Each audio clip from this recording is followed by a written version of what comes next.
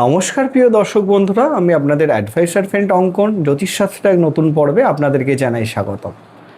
যারা আপনারা আমার ভিডিও দেখেন বা জ্যোতিষশাস্ত্র সম্পর্কিত কিছুটা হলেও জ্ঞান রাখেন, তারা হয়তো প্রত্যেকেই জানেন যে আমাদের জন্মকুষ্ঠিতে শনিদেব যেই ঘরে বসে থাকে সেই ঘর থেকে সে তিনটি দৃষ্টি দেয়। অর্থাৎ শনিদেবের তিনটি দৃষ্টি, যেই ঘরে বসে সেখান থেকে তৃতীয় ঘরে দৃষ্টি দেয়, সেখান থেকে সপ্তম ঘরে দৃষ্টি দেয় এবং সেখান থেকে দশম ঘরে দৃষ্টি দেয়। আর এইটাও আমি বলে রাখতে চাইছি, গ্রহ যেই ঘরে বসে এবং যেই ঘরে দৃষ্টি দেয় দুটো ক্ষেত্রেই কিন্তু সে সমান ভূমিকা পালন করে থাকে। তবে এই বিষয়টা আপনারা হয়তো বুঝতে পারবেন যদি বুঝিয়ে বলি যে শনিদেবের তৃতীয় দৃষ্টি আমরা কিন্তু বক্র দৃষ্টি হিসাবে জানি, বা এটাই আমরা শুনেছি, এই নামটাই আমরা প্রত্যেকে জানি। আমি একটা বিষয় আজকে আপনাদেরকে বলতে চাইছি যে শনিদেব যেই ঘরে বসে তার তো খুব বেশি বলতে পারেন সমস্যা বা ডিলে করে কিন্তু যেই ঘরে তার তৃতীয় দৃষ্টি পড়ে। আপনারা আপনাদের জন্মছক খুলে আপনারা দেখুন, মিলিয়ে দেখুন যে আপনাদের জন্মকুষ্ঠিতে শনি গ্রহ যেই ঘরে বসে আছে তার থেকেও বেশি ডিলে বা সংগ্রাম বা সংঘর্ষ আপনারা সেই ঘর থেকে তৃতীয় নম্বর ঘরে পাচ্ছেন বা তৃতীয় নম্বর ঘর থেকে পাচ্ছেন। এই বিষয়টা কীভাবে দেখবেন সেটাও আমি বুঝিয়ে বলবো। দেখুন, এক কথায় বলা যেতে পারে শনিদেবের তৃতীয় দৃষ্টি হচ্ছে পরিশ্রম পরাক্রমের দৃষ্টি হিসাবে বিবেচিত হয়ে থাকে। তো শনিদেব যেই ঘরে তৃতীয় দৃষ্টি দেয় সেই ঘর থেকে কিন্তু অবশ্যই সব থেকে বেশি করে পরীক্ষা নিয়ে থাকে যে আপনি সেই ঘর রিলেটেড যে তত্ত্বগুলো আছে সেটা পেতে গেলে কতটা ঘাম ঝরাতে পারেন, কতটা পরিশ্রম করতে পারেন, কতটা স্যাক্রিফাইস করতে পারেন। তারপরেই শনিদেব কিন্তু সেই ঘর রিলেটেড আপনাকে সব কিছু দিয়ে থাকে। তার মানে এই নয় যে শনিদেবের তৃতীয় দৃষ্টি পড়ছে মানেই সেই ঘর থেকে জীবনেও কিছু পাবেন না। বিষয়টা হচ্ছে এটাই, যখন আপনি চাইবেন তখন না, যখন শনিদেব চাইবে তখন আপনি পাবেন। অতএব নিজেকে আপনাকে প্রমাণ করতে হবে শনিদেবের কাছে, তবেই কিন্তু আপনি সেই জায়গা থেকে আপনার সর্বোচ্চ যা ইচ্ছা আছে পূরণ করে নিতে পারবেন। তো প্রথমে আপনারা জন্মছক খুলে আগে দেখে নিন যে শনিদেবের কোন ঘরে আপনার দৃষ্টি পড়ছে। সেটা কিভাবে দেখবেন সেটা আগে আমি স্ক্রিনে দেখাই আপনাদেরকে। তো স্ক্রিনে দেখতে পাচ্ছেন এই হচ্ছে আপনাদের জন্মছক। তো আপনাদের জন্মছকে প্রথমত আপনাদেরকে দেখে নিতে হবে যে আপনার লগ্ন কী। লগ্ন অর্থাৎ যেই ঘরে আপনার ল লেখা থাকবে, যে কোনো ঘরে ল লেখা থাকতে পারে, এরকম কোনো ব্যাপার নেই যে আপনার স্পেসিফিক্যালি কারোর মেশি হয়, এরকম কোনো ব্যাপার নেই। যেই ঘরে আপনার ল লেখা থাকবে সেইটাই আপনার কিন্তু প্রথম ঘর হবে। তো সাপোজ আমি ধরে নিচ্ছি আপনার জন্মছকে যেই ঘরে ল লেখা থাকবে সেই ঘর থেকে আপনারা কাউন্ট করবেন। ধরুন আপনার জন্মছকে মিথুনের ঘরে ল লেখা আছে, ওইটা আপনার 1 নম্বর ঘর। এইখান থেকে আপনারা কাউন্ট করবেন শনি কোন ঘরে বসে আছে। ঠিক আছে, সিম্পলি যদি আমরা দেখি শনি তুলা রাশিতে বসে আছে।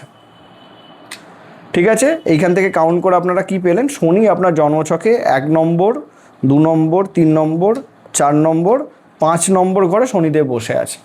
তাহলে শনিদেব এইখান থেকে তার তৃতীয় দৃষ্টি কোন ঘরে ফেলবে সেটাই আজকে আমাদের বোঝার বিষয়। তো আমরা দৃষ্টিটা কি করে দেখব? শনিদেব পঞ্চম থেকে কিন্তু সেম, এইটা 1 নম্বর, 2 নম্বর, 3 নম্বর। শনিদেব এখান থেকে কিন্তু তৃতীয় দৃষ্টি ফেলবে আপনার সপ্তম স্থানে, যেটা লগ্ন সাপেক্ষে, অর্থাৎ এটা 5 যদি হয় এটা 6 হবে, এটা হচ্ছে 7 হবে। তো আপনারা এইরকমভাবে সেমভাবে দেখে নিন। আর একটা এক্সাম্পল দিয়ে দিচ্ছি, যদি শনিদেব আপনার সাপোজ ধরে নিন এখানে আপনার মিনে বসে থাকে, যেটা বর্তমান গোচর করছে শনিদেব, তাহলে যদি মিন লগ্ন হয়, শনিদেব যদি এখানে বসে থাকে, লগ্ন থেকে আপনার শনিদেবের তৃতীয় দৃষ্টি কোথায় পড়বে? 1, 2, 3 নম্বর ঘরে পড়বে। যদি ধরে নিন আপনার মিন লগ্ন অথচ শনিদেব বসে আছে জন্মকালীন জন্মছকে মেষে, তাহলে এখান থেকে কোথায় শনিদেবের তৃতীয় দৃষ্টি পড়বে? আপনার চতুর্থ স্থানে পড়বে, যেটা 1, 2, 3। যেই ঘরে শনিদেব বসে থাকবে সেই ঘরটাকে আপনারা কাউন্ট করে তার পরের ঘরেই কিন্তু শনিদেবের তৃতীয় দৃষ্টি পড়বে। এই বিষয়টা ক্লিয়ার হয়ে গেছে আপনাদের ক্ষেত্রে।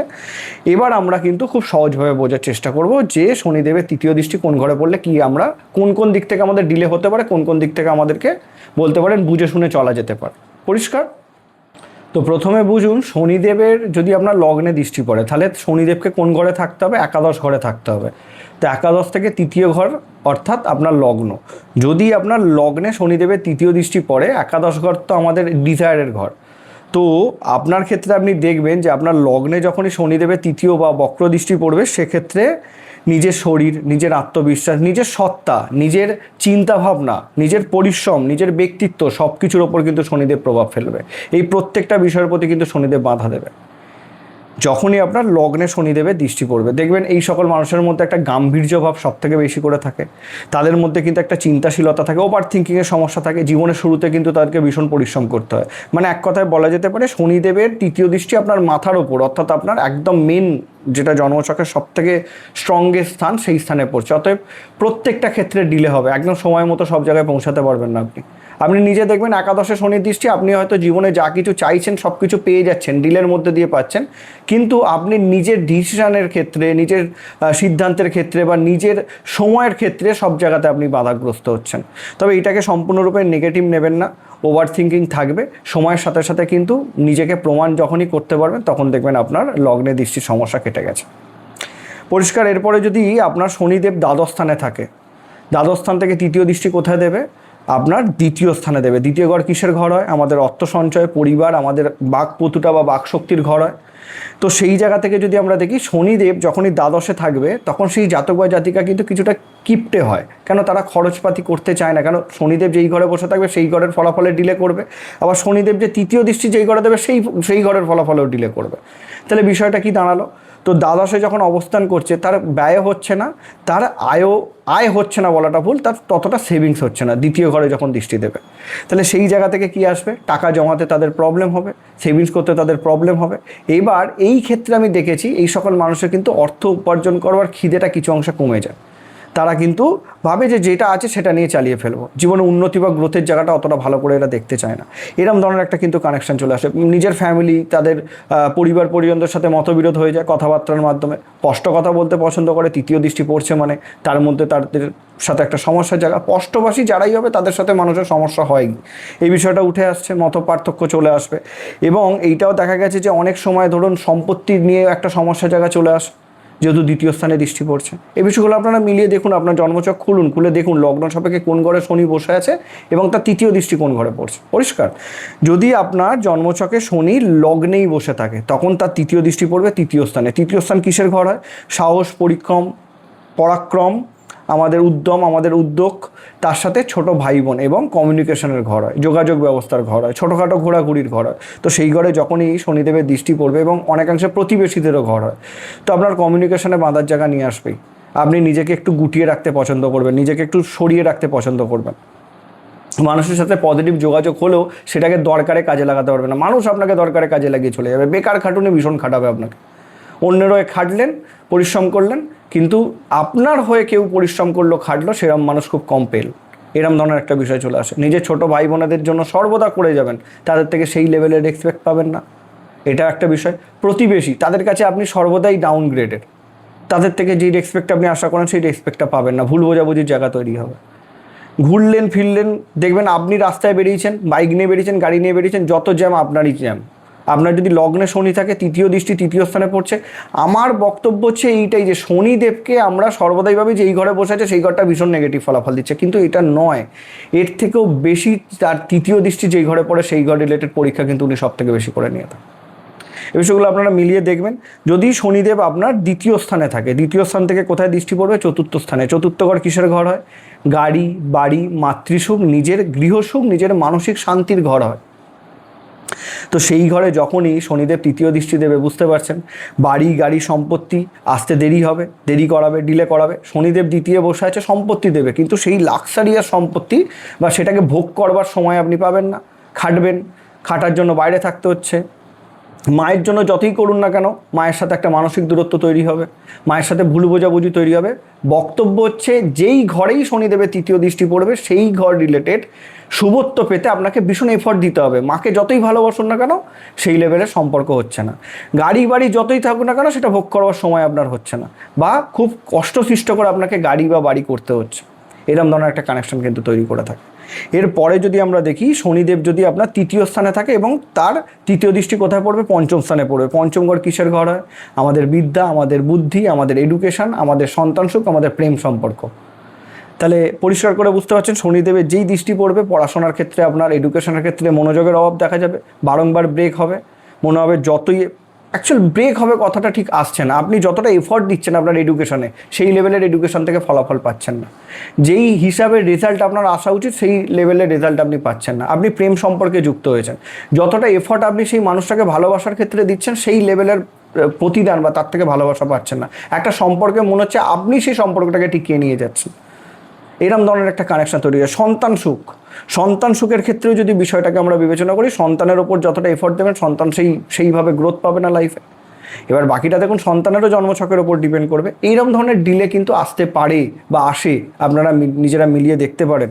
এবার এইটাও আমি আপনাদেরকে বলছি, সন্তান লাভের ক্ষেত্রে অনেকাংশে বিলম্বও তৈরি করে দেয় শনিদেবের তৃতীয় দৃষ্টি যদি পড়ে থাকে।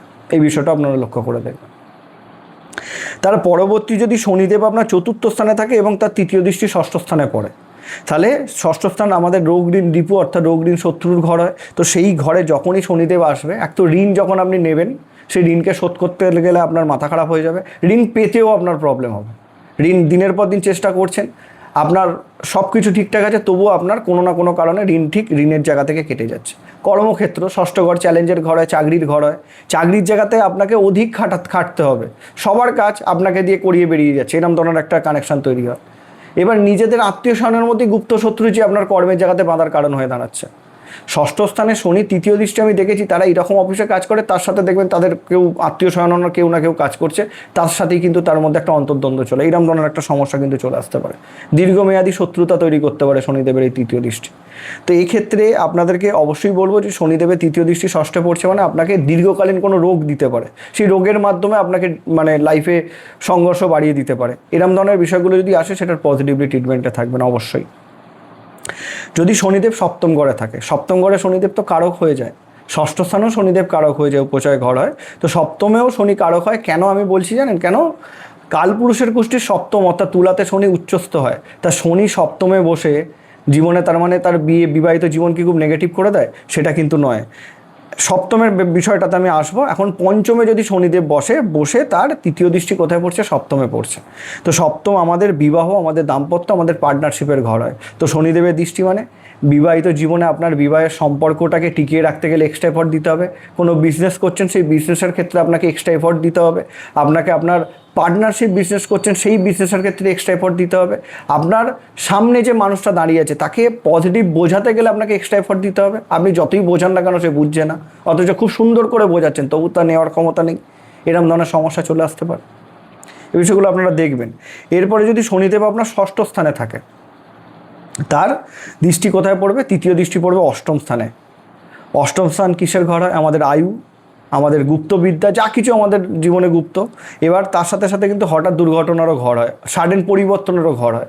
তো শনিদেবের এই অষ্টমে দৃষ্টি, তৃতীয় দৃষ্টি মানে কোনো অংশে বলা যেতে পারে যে তাদের ধরে নিন আয়ু বৃদ্ধি, শনিদেব দৃষ্টি দিচ্ছে মানে তার আয়ুর ঘর মানে আয়ুকে বৃদ্ধি করে দিচ্ছে। আয়ুর ক্ষেত্রে মানে মৃত্যুর দিকে যাওয়ার ক্ষেত্রে ডিলে হয়ে যাচ্ছে, কিন্তু জীবনে হঠাৎ ওঠানামা ভীষণভাবে থাকে। আপনারা নিজেরা মিলিয়ে দেখবেন যে শনিকে ষষ্ঠে কারক ধরা হয়, ঠিক আছে? ষষ্ঠে উপচয় ঘর, যেহেতু আমি একটু আগেই বললাম, দৃষ্টিটা নয়, ষষ্ঠ স্থানে শনিকে কিন্তু কারক ধরা হয়।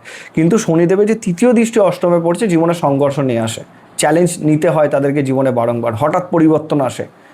পৈতৃক সম্পত্তি লাভের ক্ষেত্রে তাদেরকে কাঠখড় পুড়িয়ে পরিশ্রম করে তবে পেতে হয়, নিজের যোগ্য সম্পত্তি পেতে গেলেও এরম ধরনের কানেকশান চলে আসে। তবে গুপ্ত বিদ্যার ক্ষেত্রে বেশ ভালো জ্ঞান থাকে, জ্যোতিষশাস্ত্রের প্রথমে ভীষণ ভালো জ্ঞান থাকে, এই বিষয়গুলো লক্ষ্য করা গেছে। সবটাই নেগেটিভভাবে নেবেন না। কিছু অংশে ধরে নিন, এই ধরুন সম্পত্তি লাভের ক্ষেত্রে আইনি জটিলতা তাদেরকে দীর্ঘকালীন বলতে পারেন আইনি সমস্যায় ফেলে দিতে পারে। কোনো রকম কেস কোর্ট কাচারির মধ্যে জড়িয়ে পড়লো, এরকম ধরনের সমস্যা কিন্তু আসতে পারে। আচ্ছা, এরপর যদি শনিদেব আপনার সপ্তম স্থানে থাকে, সপ্তমে সে কারক হয়, আমি সেটাই বললাম আপনাদেরকে একটু আগে। তো তার তৃতীয় দৃষ্টি কোথায় পড়বে? নবম স্থানে পড়বে। নবম ঘর আমাদের ভাগ্য, আমাদের ধর্ম, আমাদের পিতা। অনেকেই মনে করে যে পিতা দশম ঘর থেকে দেখা হয়। দেখুন, আমার একটা খুব সহজ সরল কনসেপ্ট, অবশ্যই আমি মেনে নিচ্ছি যে অনেকের ভিন্ন ভিন্ন মতামত আছে, কেউ বলে নবম থেকে পিতা, কেউ বলে দশম থেকে পিতা। আমার মনে হয় পিতা আছে মানেই ভাগ্য আছে, বেশিরভাগ ক্ষেত্রে সেটাই প্রযোজ্য। হ্যাঁ, অনেক এরকম মানুষ আছে যারা পিতার থেকে সেইভাবে জীবনে সাপোর্ট পায়নি, কিন্তু বেশিরভাগ মানুষ তো সেটাই পেয়েছে। পিতা আছে মানে তার জীবনে ভাগ্য আছে, পিতার সাপোর্ট ছত্রছায়া আছে। অতএব নবম স্থানে যখনই শনিদেবের দৃষ্টি পড়বে তখন ভাগ্যের সাপোর্ট পেতে তাদের সমস্যা হবে।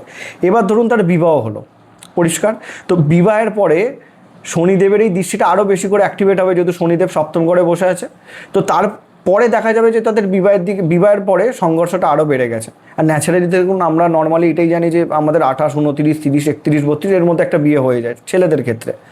তো দেখা যাবে যে সেই তার বিয়ের পর থেকে আপ টু 36 বছর বয়স অবধি বেশ সংঘর্ষ তাদের লাইফে আছে। সেই সংঘর্ষটা তাকে পূরণ করতে হবে। অল্প পরিশ্রম করে কখনোই তারা ফল পাবে না, পরিশ্রম বেশি করতে হবে, তবে সে ফল পাবে। পিতার জন্য আপনি যতই করুন না কেন, পিতার কাছে সম্পূর্ণরূপে ভালো হতে পারবেন না। পিতার কাছে কোনো না কোনো খুঁত আপনার ক্ষেত্রে উঠে আসবে। উচ্চশিক্ষার ক্ষেত্রে বাধার কারণ হয়ে দাঁড়াতে পারে শনিদেবের এই তৃতীয় দৃষ্টি। তবে আলটিমেটলি ফলাফল পাবেন, নিশ্চিন্তে থাকুন, এটা নিয়ে ঘাবড়ানোর কিছু নেই। 36 বছর বয়সের পর আনএক্সপেক্টেড লাইফে গেইন কিন্তু আপনারা পেতে পারেন। পরিষ্কার।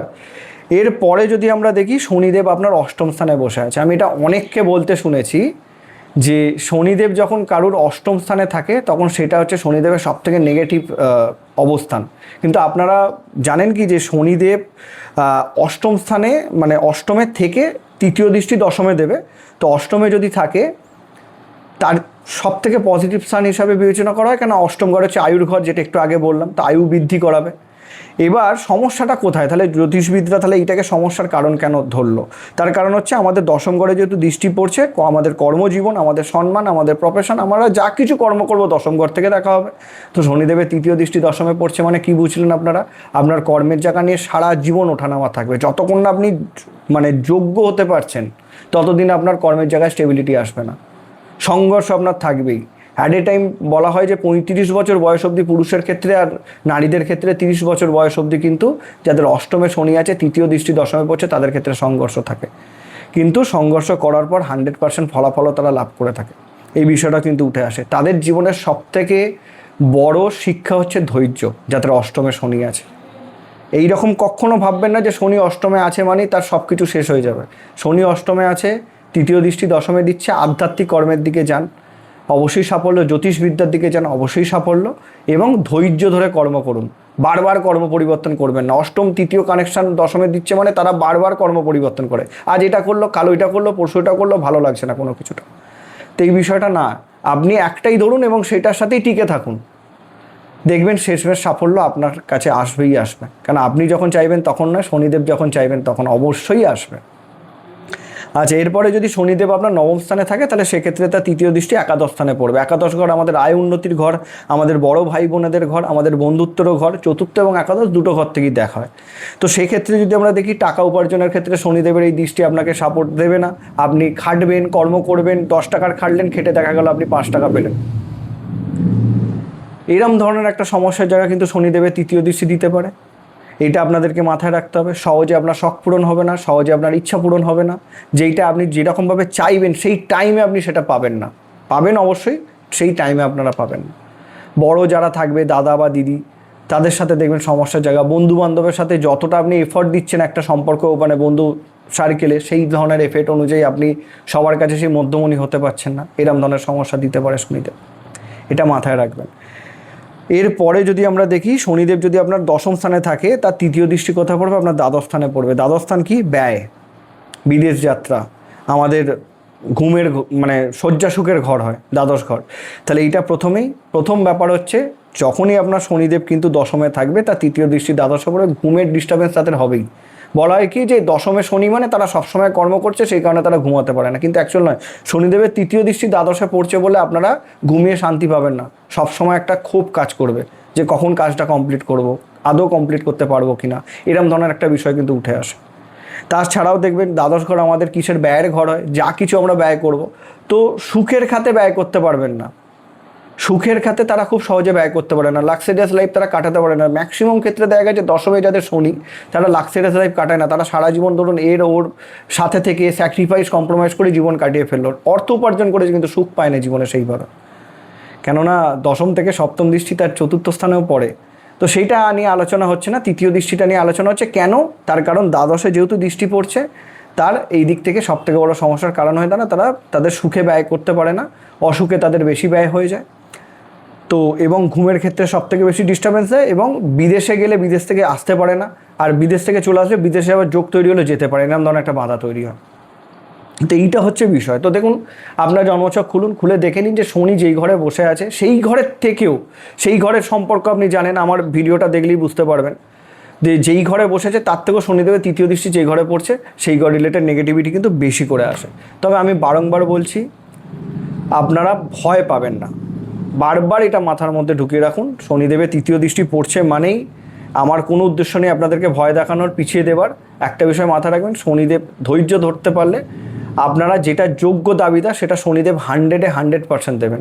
শনিদেব কর্মার কারক, তো আপনি যদি সঠিক পথে কর্ম করেন তাহলে আপনাকে শনিদেব দেবেই, ভরিয়ে দেবে, এই বিষয়টা সর্বদা মাথায় রেখে চলবেন। একটাই বিষয়, যখন আপনি চাইবেন তখন নয়, যখন শনিদেব চাইবেন তখন। অবশ্যই যাদের শনির মহাদশা চলছে এবং শনির তৃতীয় দৃষ্টি নিয়ে যারা ভীষণ প্রবলেমে ভুগছেন, তারা কিন্তু শনিদেবের প্রণাম মন্ত্র ওং শ্রী শনিশ্চরায় নমঃ রোজ 108 বার করে পাঠ করতে পারেন। আপনারা ভীষণ কিন্তু উপকৃত হবেন, মাথায় রাখবেন। তো এই ছিল আজকে আমাদের আলোচনা। দেখা হচ্ছে পরবর্তী ভিডিওতে। সবাই ভালো থাকবেন। নমস্কার।